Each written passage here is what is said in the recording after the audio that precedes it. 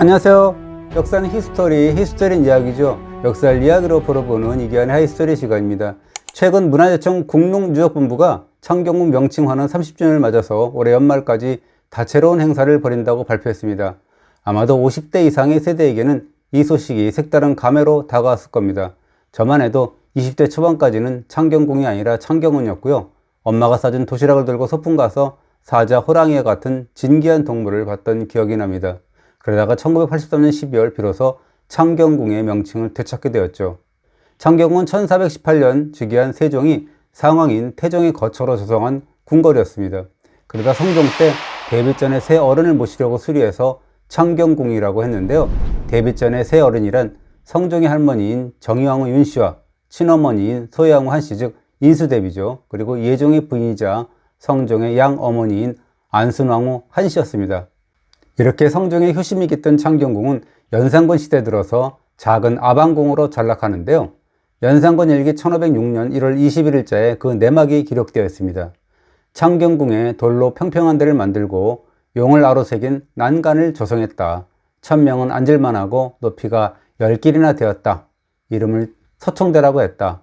그 앞에 큰 못을 팠는데 밤낮으로 인부 수만 명이 구령을 맞춰서 호야 하고 소리가 끊이지 않았다 라고 했습니다. 그러나 무리한 토목공사에 따른 후유증은 극심했습니다. 공사 강행을 위해서 진사와 생화 중에서 100명을 뽑아서 이른바 가부장 즉 임시로 부장직을 맡겨서 인부들을 감독하게 했습니다. 그러나 완장을 찬 가부장들이 인부들에게 얼마나 갑질을 해댔는지 원성이 자자했답니다. 이렇게 되어 있습니다. 가부장들이 툭하면 곤장을 때리고 벌금을 물렸다. 가진 돈을 다 날린 인부들이 입고 있던 바지에 헌송까지 빼내서 면포를 만들어서 변상했다. 그렇게 만든 무명 빛깔은 질이 좋지 않았다. 지금도 품질 나쁜 배를 서총대파라고 한다 라는 실록 기사가 보입니다. 그렇지만 연산군은 이 작은 아방궁의 혜택을 누리지 못했습니다. 그해 9월 2일 중정반정이 일어날 때까지 완공하지 못했거든요. 반정으로 연산군이 폐위되자 서총대 공사도 중단됩니다. 그러나 완전히 철거하지는 않았나 봅니다. 후대 임금인 명종과 정조가 이곳에서 연애를 벌이고 활쏘기 대회 및 과거 시험장으로 활용했다라는 기사가 보입니다. 창경궁은 후대 임금과 왕비가 승하하거나 즉위한 곳이기도 했습니다. 그렇게 세월이 흘러 국군이 급격히 쇠하던 1907년 11월 4일이었습니다.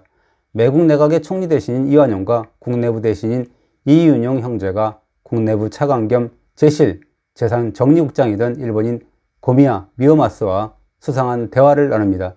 이완용 형제가 혼자 떨어진 황제 즉 순종에게 소일거리가 없겠느냐라고 물어보는데요. 불과 이틀 뒤 고미야가 명쾌한 해답을 들고 옵니다. 창경궁 안에 동물원과 식물원, 박물관을 조성하면 어떠냐라고 했습니다.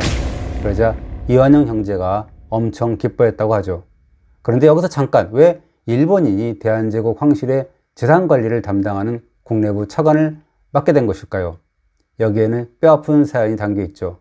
1907년 일제는 헤이그 밀사 사건을 투입잡아서 한일 신협약 즉 정미 7조약을 체결합니다. 여기에 초대 통감인 이토 히로부미가 대한제국의 각부 차관을 일본인으로 임명한다라는 기막힌 조항이 있었는데요. 이때 이토의 측근인 고미야가 대한제국 황실 재산의 관리를 겸한 국내부 차관이 된 겁니다.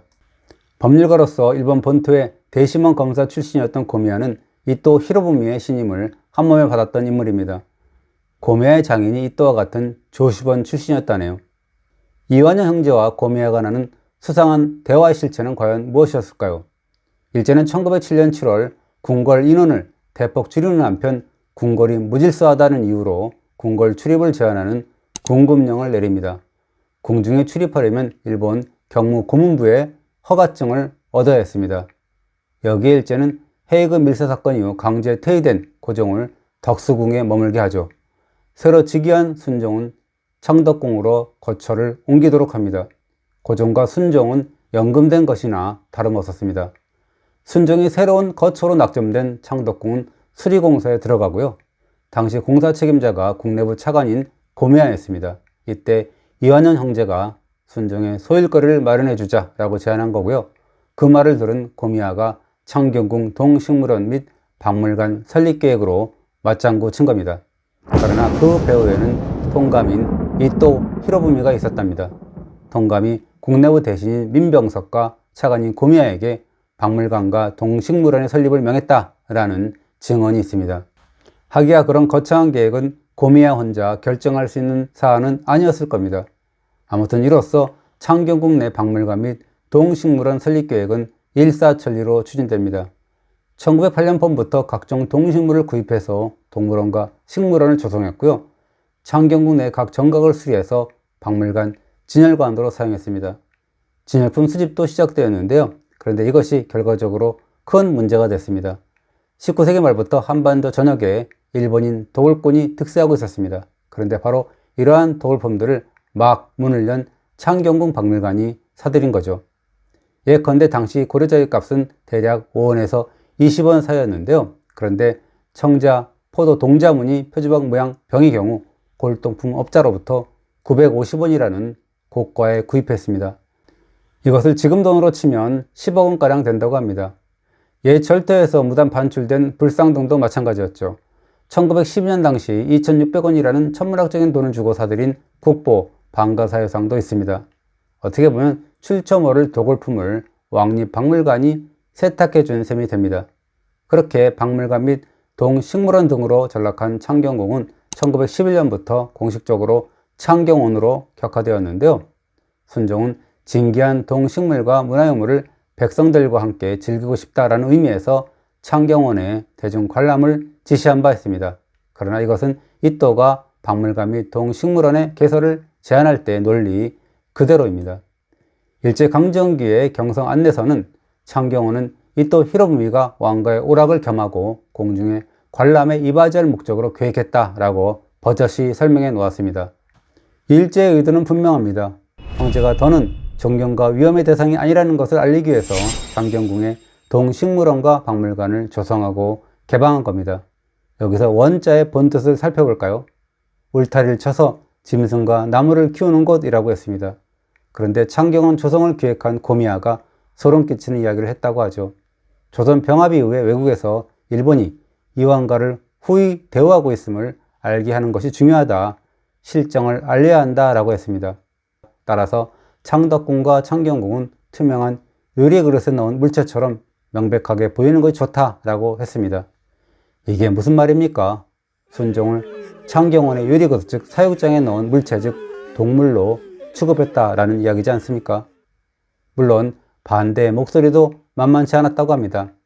유서 깊은 궁전에 불상을 비롯한 유물, 시체를 넣었던 관광마저 진열하고 일반인들이 흙 묻은 발, 즉 토적으로 출입하게 하는 일이 말이 되느냐라는 여론이 있었죠. 그러나 그와 같은 여론은 일축되었습니다. 그렇게 개방된 창경원은 갈수록 태산이 되었습니다. 1918년 무렵부터 말도 많고 탈도 많았던 벚꽃놀이가 바로 이 창경원에서 시작됩니다. 서울에 머물고 있던 일본인들이 1908년 무렵부터 창경궁 같은 궁궐에 심은 벚꽃나무가 10년 정도가 지나 화려한 꽃을 피우게 된 겁니다. 창경궁은 해마다 4월이 되면 놀이동산으로 전락하고 말죠. 1924년 봄부터 밤 벚꽃놀이가 시작되고요. 동아일보를 보면 창경원 울타리를 이룬 벚꽃가지에 꽃봉오리가 맺히기 시작했다. 해마다 꽃이 필 때마다 밤에도 열어달라라는 여론이 많았다. 금년 봄에 벚꽃이 만발하는 2, 3주간 야간 개장을 하고 수천 개의 전등을 장식할 계획이다 라는 기사가 보입니다.